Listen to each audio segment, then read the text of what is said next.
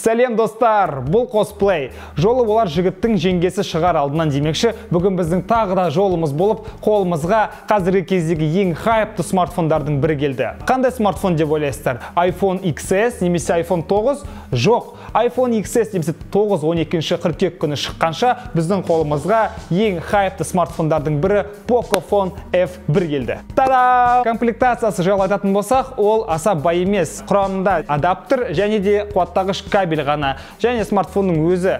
Кітапшасы бар, бірақ кітапшасын біздің заманда ешкім оқымайды деп ойлаймын, сондықтан кітапшасын жай ғана лақтыра салайық. Біз Pocophone жайлы не білеміз? Pocophone дегеніміз Xiaomi-дің жаңа бренді. Қытайша аударғанда Xiao деген кішкентайды білдірсе, ал Poco деген испан тілін аударғанда кішкентай дегенді білдіреді. Бұл дегеніміз Xiaomi компаниясының құмырсқа сияқты кішкентай болғанымен еңбекқор және көптеген жетістіктерге жететіндігін білдіріп отыр. Xiaomi брендімен жарты әлемді бағындырса, ал Pocophone брендімен қалған жарты әлемді бағындырмақшы деп ойлаймын. Сырт келбетіне келетін болсақ, Pocophone F1 смартфоны пластиктан жасалған. Қазіргі заманда пластикті корпустан жасалған смартфондар тіпті қалмағанда сияқты. Менің ойымша бұл дұрыс емес, себебі 2018 жылы қайдағы пластикті корпус, не үшін бұл керек екен әлі де түсінген жоқпын. Сыртқы келбетіне келетін болсақ, бізде астыңғы жағында қуаттағыш ұяшығы, динамик пен микрофон, жанында сим-карта салатын ұяшық, үстіңгі жағында 3,5 мм джек, сол жағында бізде қосу немесе құлыпқа қою бастырмасы, және де екі дауысты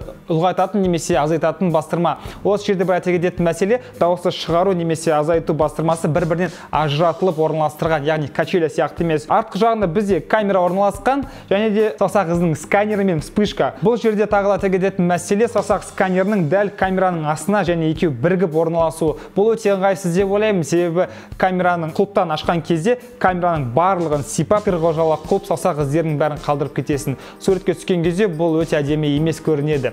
Сондықтан да менің ойымша Xiaomi компаниясы дәл осы шешімдері орынсыз деп ойлаймын. Алдыңғы жағынан келетін болсақ, IPS технологиясымен жасалған 6,18 дюймді дисплей. Және қазіргі кезге барлық смартфондарда бар Full HD Plus рұқсатымен, және де қатынасы 19:9-ға қатынасындай болып келеді. Бұл аса өзгеріс, аса бір жаңалық деп айтпаймын. Барлық смартфондар Full HD Plus-ты рұқсаты бар, және де 19:6 немесе 18:5:9 деген сияқты қатынастар бір-бірінен аса айырмашылықтары жоқ. Және де бір ұнамайтын жері, алдыңғы дисплейіне қарайтын болсақ, бұл монобройф дейді, орысша айтқанда қосарланған қас. Бұл әдемі емес көрінеді. Менің ойымша дәл бұл смартфонға бұндай керек емес. Және де жан-жағында қара рамкасы не деген әдемі емес, не деген ұсқынсыз қара рамка деп ойлаймын.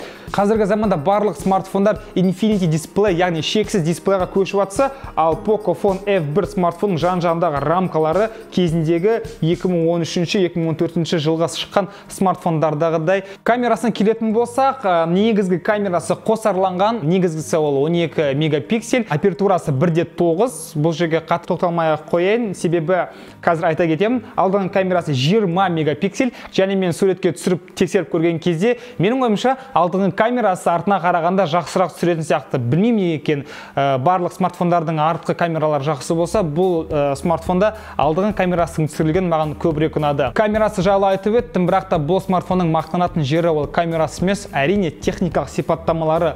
Өз бағасына бұл смартфонда Snapdragon 845 және максималды жиілігі 2,8 ГГц, 6 немесе 8 оперативтік жады деген сияқты өзінің бағасына бұл техникалық сипаттамалар қазіргі замандағы ең қол жетімді максималды топовый чипсеттағы смартфон болып табылады. Pocophone F1 смартфоны Android 8.1 операциялық жүйесінің базасына жасалған MIUI 9.6 операциялық қосымша жүйесінде жұмыс жасайды. Бұл дегеніміз бәрімізге белгілі Xiaomi смартфондарынан өзінің ерекше дизайнымен көзге түскен болатын, бірақ та былай қолданып көрген кезде менің ойымша смартфон кішкене лагать етеді. Бұл әрине жаңа смартфонға болдырмайтын қателік деп ойлаймын, бірақ та Pocophone F1 смартфон шығарған кезде Xiaomi компаниясы бұл смартфонды өзінің бағасына ең максималды чипсеттағы ең қолжетімді смартфон деген болатын. Сонымен достар, бүгін біз Pocophone F1 смартфонның алғашқы көзқарас және кішігірім шолу түсірдік. Менің ойымша iPhone-ның алдында бұл смартфонды 150 мың теңгеге сатып алғанша біраз уақыт күтіп, біраз ақша жинап